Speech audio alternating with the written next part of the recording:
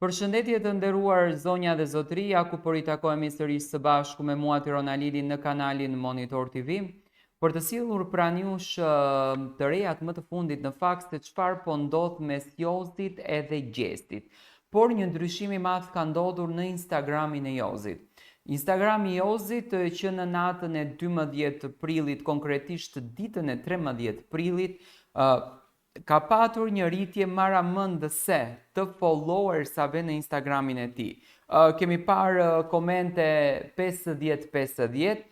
disa kanë mbështetur dhunën që Jozi ka ushtruar kundër drejt Gjestit, disa kanë mbështetur Gjestin, disa kanë qenë në rrjetet sociale TikTok krenar për dhunën që Jozi ka bërë, të paktën kanë dalë me fytyre, kanë komentuar dhe kanë mbështetur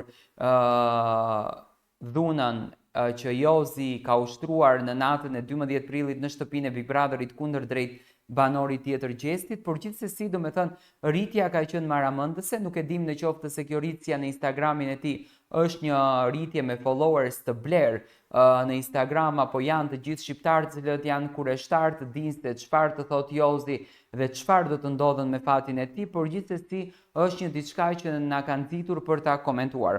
Pas daljes dramatike të Jozit nga shtëpia e Big Brother VIP dhe incidentit të dhunshëm ndaj banorit tjetër Gjestit, një ngjarje që të tronditi publikun dhe rrjetet sociale, ndodhi një tjetër fenomen që nuk kaloi pa u vënë re. Instagrami i Jozit postoi një rritje të ndjeshme të ndjekësve brenda një kohe shumë të shkurtër, por kjo ngritje e shpejtë në numra ngre pikpyetje të mëdha. A janë këta ndjekës shenje një mbështetjeje që i jep Jozit pavarësisht apo pikërisht për shkak të sjelljes së tij kontestuese, apo ndoshta ndjekësit e ri janë të shtyrë nga kurioziteti, nga nevoja për të ndjekur zhvillimet e mëtejshme, ose thjesht kanë bërë follow për të shprehur revoltën e tyre në mënyrë indirekte, përmes komenteve, kritikave e reagimeve publike. Në epokën e rrjeteve sociale, ku çdo klik, pëlqim apo follow merr kuptime të shumë fishta, është gjithmonë më vështirë të kuptosh se çfarë qëndron realisht pas shifrave. Apo jetojmë në një kohë kur konversiteti shpërblehet në vëmendje, dhe kur kjo vëmendje buron nga akte të dënueshme si dhuna, apo jemi thjesht dëshmitar të një reagimi emocional masiv, ku ndjekja është sinonim i miratimit, por një mënyrë për të qëndruar pranë lajmit. Një gjë është e qartë, publiku nuk ka qëndruar indiferent, rrjetet janë mbushur me reagime të përziera nga ata që e dënojnë ashpër veprimin e Jozit dhe kërkojnë pasoja të qarta deri tek ata që në mënyrë befasuese shfaqin një lloj mirëkuptimi duke u përpjekur të justifikojnë veprimin si një shpërthim emocional. Në këtë vorbull emocionesh debati po vazhdon, apo kthehet realiteti televiziv në një arenë ku spektakli i një shkelmi ligjor, ku spektakli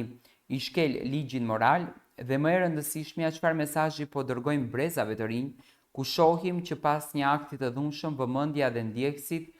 rriten në mënyrë glaponate në këtë Instagram. Pyetja që mbetën pa përgjigje të qarta, por patjetër duhet që të ngrihen përgjigje. Do me thënë, pas ngjarjes që ndodhi në shtëpinë e Big Brotherit, Jozi ka patur 65.9 k, do me thënë 65.000, ndërsa tani ka 73.000, pati një rënje të menjëhershme të followersave natën kur ndodhi situata, ku më pas menjëherë filloi një rritje e madhe followersave, me sa di unë ka shtuar 2 apo 3.000 followersa, ka shtuar më shumë se 2.000 followersa brenda një dite, ndërsa ka patë rënje të 1.800 followersave brenda një ore në Instagramin e tij, ndërsa Gjesti vazhdon të jetë në stratosferë. Gjesti ka afro 600.000 followers në Instagramin e tij dhe ka një rritje shumë të madhe nga ngjarja që ka ndodhur. Dua të marr mendimin tuaj përse ndodhen kjo rritje në Instagramin e Jozit. Është kurreshtja e shqiptarëve që dëshirojnë të shikojnë se çfarë po ndodh me të, janë ato të cilët e mbështesin dhunën dhe vazhdojnë ndjekin në Instagramin dhe i quajnë Jozin një hero, apo është thjesht fakti e shprehjes të urrëties të madhe që ndoshta të tjerët duan t'i japin Jozit dhe vazhdojnë e ndjekin nëpër Instagramin e tij. Dua të them që komentet në Instagramin e Jozit tashmë janë të ndaluara, deri në momentin kur Jozi ka qenë brenda policisë komentet kanë ekzistuar sepse pati një rritje në fotografinë e cila është publikuar në rrjetin e tij social, do me thënë për ta votuar Jozi në natën e gjysmëfinales, kishte 3000 komente dhe 3000 komente janë shkruar më njëherë pas ngjarjes që ndodhi që arritin në 6100 e ca komente aktive në Instagram të Jozit. Dua të marr mendimin tuaj për këtë situatë.